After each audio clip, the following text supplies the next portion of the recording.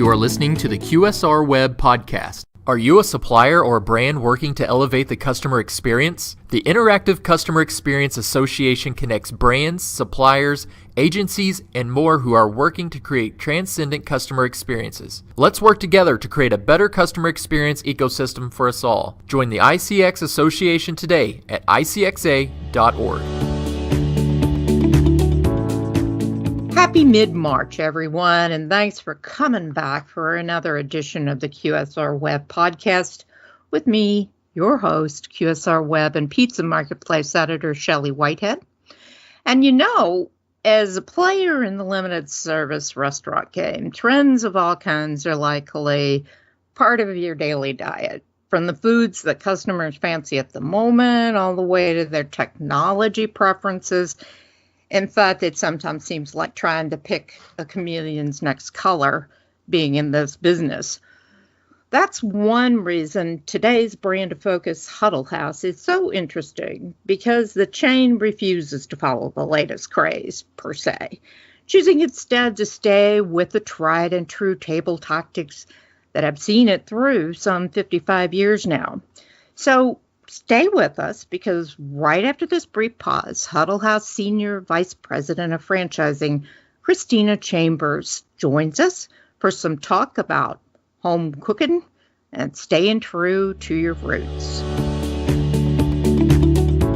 The Interactive Customer Experience Association's mission is to connect B2C brands to technology that elevates the customer experience. Brands have access to resources, project help, news, and insights based around boosting their customer experience. Suppliers gain network opportunities to reach these brands and help them provide solutions to elevate their customer experience. Join today at icxa.org. Welcome back, and please welcome also Huddle House Senior Vice President of Franchising, Christina Chambers. Hello, Christina. Hi, Shelley. First, let's set the stage a little bit about Huddle House. As I understand, you're at or nearing something like 400 locations nationwide, mostly in the southern U.S. and quite often in smaller towns, correct?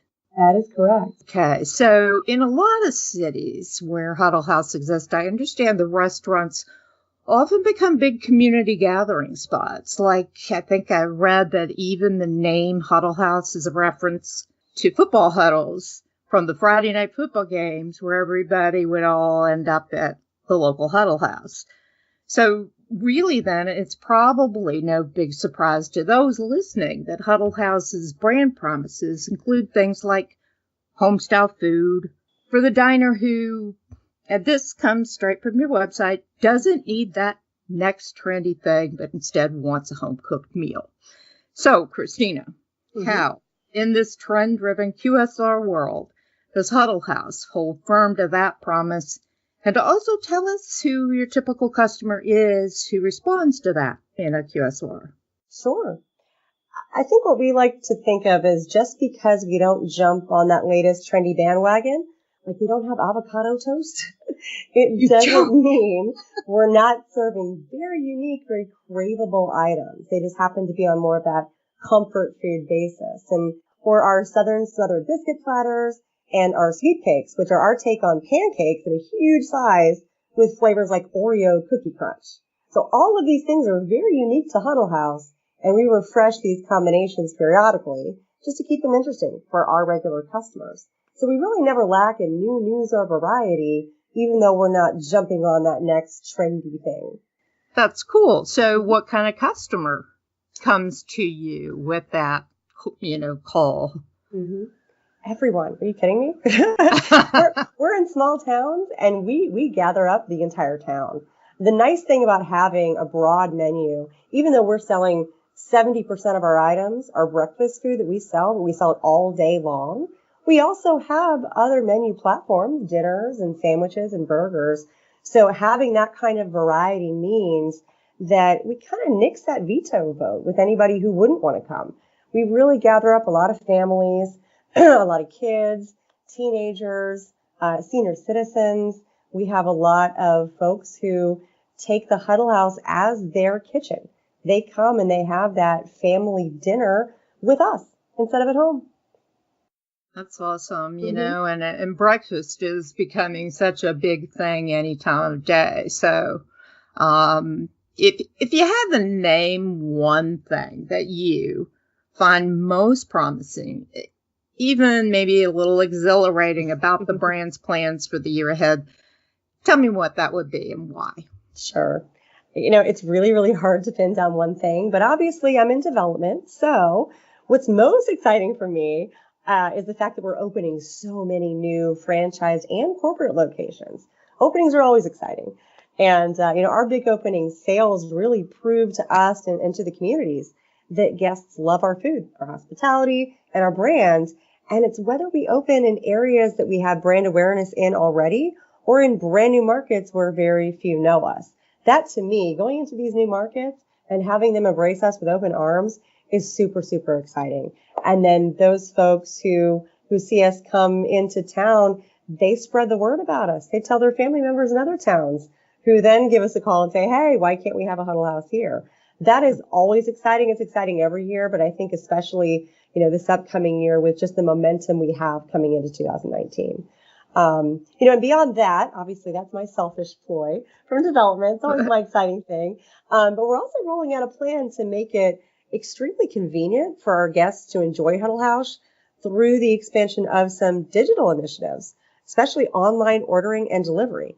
A lot of people, No kidding. yeah, a lot of people think of online ordering and web apps and delivery as being a more urban, suburban play. But you know what? Folks in rural towns and in small areas in the U.S., they want those same things. And for the test stores that we have it rolled out in, it's doing fantastic. So the fact that we're planning on rolling that out to our entire system within the next year is extremely exhilarating. That is exhilarating. That's quite a project and an undertaking. It is. And probably interesting to learn how it goes. So I'll have to keep checking back with you all because rural customers are pretty spread out too. You got it. They are. So but everyone has a smartphone. That's exactly right. Now, I understand you've created also a smaller footprint store design. So can you tell us a little bit about that and how it fits into the brand's plans to grow nationally? Sure. It's a perfect fit with our plans. And really, the whole point of it is simply to improve the return on investment for investors and for our company locations. Now that we're spending a lot of our own money to open up locations, we see the need to just bring down the investment cost, but still retain that design, that look, and that feel of Huddle House that customers love. And that strategy really supports an acceleration of restaurant growth. And we expect even better availability of real estate sites specifically because we can fit that building onto smaller plats. So it's not just the lower cost on the construction side, but also lowering the cost on the real estate side. So what areas, states, areas of the country does the brand want to grow into that it's not in now? Well, I know you mentioned earlier that we are predominantly in the Southeast, but we actually are in 21 states. We plan to stick to all those same states where we already have stores, but places where there is just a ton of infill opportunity to grow. So states like Arkansas, we only have 5 stores. Lots of opportunity, lots of small towns, lots of communities that would love our food and really match with what our offering is. The state of Texas, where I think every franchise in the world is in the state of Texas, we only have 28 stores open and under development. So lots and lots and lots of opportunity in Texas. And North Carolina, I just came back actually from a real estate visit in North Carolina. We have 14 stores there. We can easily fit many, many more. So because, again, our sweet spot are those smaller communities that are underserved with a sit-down dining option, that really opens us up to just a lot of potential markets where other franchises won't go and where our business fits well. Yeah, I see how that smaller footprint store also works right along with all the things that you've been discussing. So to be fun to watch you all grow. I've heard that Huddle House has added a relatively new sandwich line, and it's two-handed sandwiches, which I have a vision in my head. What prompted that? And also, where do you think the sandwich QSR sector is heading? as a segment of the industry. And where's Huddle House going in the next 5 years? Mm-hmm. I think what prompted it is, again, kind of what we talked about earlier with just refreshing some of our platforms to keep our food interesting and making sure that our guests who come see us, multiple times a month, a week, a day, have something new and exciting to try. I think in general with sandwich QSRs, to be frank, there's just too many of them out there. Too many sandwich concepts offering essentially the same thing. And I think that side of the industry is definitely primed for a shakeout. For us, we're lucky, we're insulated because we offer more than just sandwiches. It is just one line among a pretty significantly large menu that offers a ton of options for our guests. So we satisfy more need occasions than the traditional sandwich QSR concept does. And our sandwiches are available all times of the day or night. So if you want something like a very large roasted turkey bacon sandwich on delicious sourdough, but you want it for breakfast, you can get it. And that's not something you could say if you went to most sandwich QSR concepts. So again, I think we're positioned a little bit better than most, at least better than other places that you could go to get a sandwich.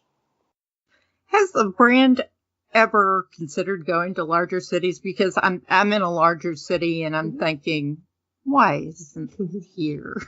Yeah. I think we know who we are. We know our brand DNA. And our goal really is to be just the number one choice as America's small town dining concept.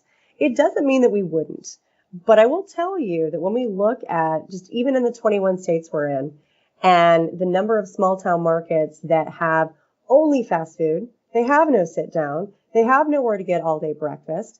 We have found through some pretty deep analysis, there's about 900 markets available. That's going to give us a lot of opportunity to do a lot of work over many, many, many years before we ever have to try and break into the more urban markets. Now, like I said, it's not saying that we wouldn't do it if the fit was right. We are going into, some slightly more populated suburban areas. I think Pearland, Texas is a great example. It's outside of Houston.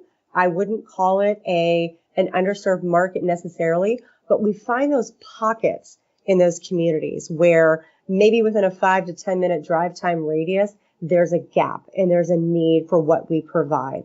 So even if we are looking at going into more of those suburban or more populated markets, we're still looking to make sure that the areas that we target match with what our brand's DNA, what our brand promises. Wonderful. And I would imagine with sprawl being such a huge thing, every major metro area just seems to spread out and out and out, that the opportunities will continue in that vein. Christina, it's been such a pleasure to talk with you a little bit about this long time and long loved brand. I love how Huddle House has such a special place in the hearts of so many customers, and I'm sure that will continue to do the brand well in the days and years ahead. So thank you for stopping by today. And thanks again to our audience, as that brings another show to a close for this week. But we'll be back next week with another edition, so stay tuned and have a great weekend and even better business in the week ahead.